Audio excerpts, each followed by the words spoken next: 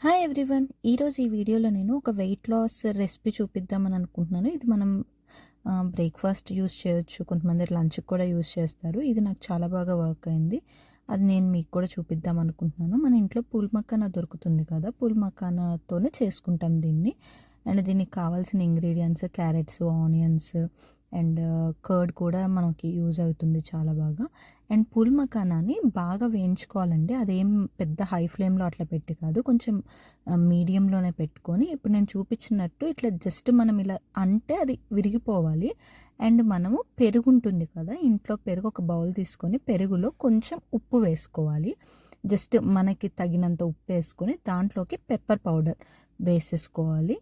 దాన్ని మంచిగా మిక్స్ చేసేసుకోవాలి మనం.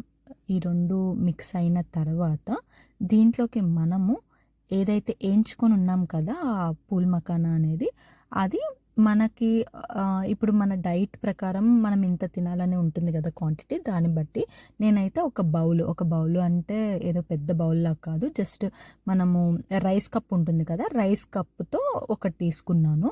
అండ్ దానిపైన మనము తురుముకున్న క్యారెట్ అండి. ఏమిది ఉడకబెట్టింది అట్లా ఏం కాదు. తురిమిన క్యారెట్ అంతే.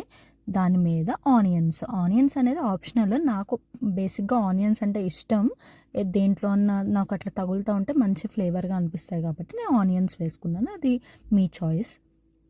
అండ్ ఇట్లా మనం చేసుకున్న తర్వాత దాన్ని మంచిగా మిక్స్ చేసి పైన ఇట్లా కొంచెం నాలాగా షోపుటప్లాగా కొంచెం ఒక్క కొత్తిమీర వేయాలి. ఎందుకంటే నా దగ్గర అప్పుడు ఒక్క కొత్తిమీరే ఉంది కాబట్టి. చూసారా పైన ఇంటికి ఎవరైనా వచ్చినప్పుడు కూడా మనం ఎక్కువ లేకుండా ఇలా ట్రై చేయొచ్చు. అండ్ మీకు ఈ రెసిపీ ఎలా అనిపించిందో నాకు కామెంట్ చేసి చెప్పండి. అండ్ మీరు కూడా ట్రై చేసి పక్కా ఇదైతే రిజల్ట్ ఉంటుంది. ట్రై చేయండి.